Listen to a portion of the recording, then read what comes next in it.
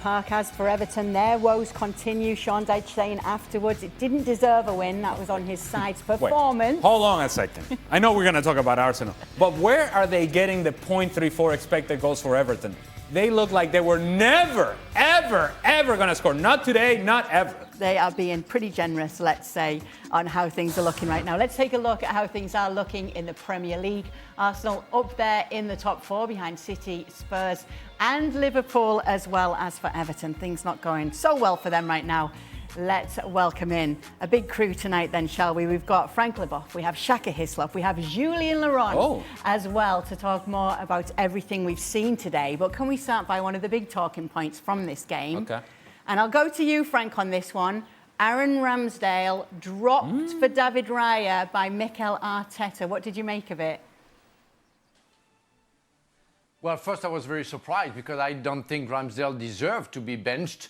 So I'm very critical towards coaches who decides to go to competition between goalkeepers because it's a very special job to do, and Shaka will talk better about it than me. But you need full of confidence. You need the trust from the coach. You need that you are the number one. And it's not the case now. Saying that where Ramsdale has done the job so far, yeah, he made some mistakes, but I think everybody can agree with me that last season he was one of the main guy doing the best for the Gunners, and this season he's been okay. No way for me that he should have been benched, especially in the same competition. Normally you give a chance to the second goalkeeper for the Cup game or Carabao Cup. But not for the Premier League, and you don't put in competition two goalkeepers. It puts the big mess and trouble into the player's brain. You don't know where you stand, and that's not good for a goalkeeper. I don't understand the decision. We will get the word from the Goalkeepers Union in just a moment, but just to add some context as well here to the quote from Mikel Arteta, Fabio Vieira came in for Kai Havertz as well. So when he was asked about the change of goalkeepers, he said it is like playing Fabio Vieira. It's nothing different. I have 11 players to pick, and no one is different. What do you make of that, Jules? Well, it's more unusual to change goalkeepers, of course, than when you have a number one and a number two, I guess. Then you change midfielders, strikers, defenders. Hang on, Jules, sorry, we've got to come back to you. We've just got a few problems with your mic. So let's get that fixed while we go to Shaka to hear from the Goalkeepers Union, and then hopefully we can get our problems with Jules sorted out. So Shaka, the Goalkeepers Union's word on this. Yeah, there's a lot to unpack here, Kate. Well, just to start with, let me say off the bat, I agree with everything Frank just said. I started this season in saying that what Arteta had to do was let both goalkeepers know who was his number one and who was his number two. I think having this kind of interchangeable goalkeepers, it doesn't do Raya or Ramsdale any good. That being said, and Frank's right, normally you see that rotation during a Carabao Cup game or something of the sort, but Frank rightly pointed out, or Ali rightly pointed out, I don't think David Raya could have had an easier game than the one against Everton today. And maybe Mikel Arteta just somehow figured that out beforehand, because I can't think of a less threatening Everton team I've seen for quite some time. And as far as the Fabio Vieira comments goes, I mean, there's two ways to take this.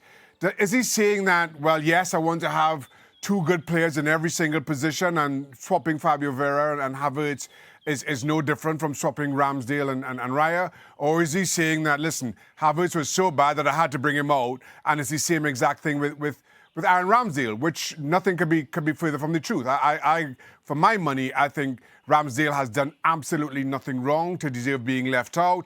Whether you want to look at his 90 minutes for England a couple of days ago, so therefore now would be a good time to rotate. Again, that makes no sense to me, given that they've got Champions League football to come in a few days' time. So a lot of this is bemusing. It's worked out in that Arsenal won, in that Raya got 90 minutes, in that he wasn't tested. But long term, I have to see how this plays out. And now I'm keen to see what Arteta does in the Champions League against PSV Eindhoven as much as anything, because I think that will dictate how things go. We have subbed out Jules' mic and he's back. So, Jules, your thoughts on this situation? You know, I was saying that it's obviously far more unusual to change your goalkeepers after 4 games in the Premier League. You're number one and you're number 2, becoming number 1 for a game like this. I guess he wanted to. Raya has a different profile to Ramsdale, especially with the ball, and maybe that's what he wanted for this game. And I agree with Shaka. I think we will see on Wednesday. This is the big one. If Ramsdale comes back into the team on Wednesday against PSV, who, by the way, are a very aggressive pressing team, so you think that you need maybe the best of your 2 goalkeepers with the ball, then it would have just been that Ramsdale was rested today for that game on Wednesday. If it's Raya again on Wednesday, and by the way, the weekend after, of next weekend, is the North London derby against Spurs, and then 2 weeks later is the City game. So if you change now, and Raya plays again on Wednesday, you would think that after 2 games in a row, he would surely play at the weekend against Spurs, against Tottenham at the Emirates. I guess that's the way. But we will have to see on Wednesday. I think Shaka is right. Wednesday is the big one now. Frank, goalies aside, what did you make of the game? Did you enjoy it? Well, it was a one-way game, as Ali said, you know. So when you have a team which park the bus and don't try to do something, they try to be courageous, but we could see the differences of level between the 2 teams, and obviously, no, that was.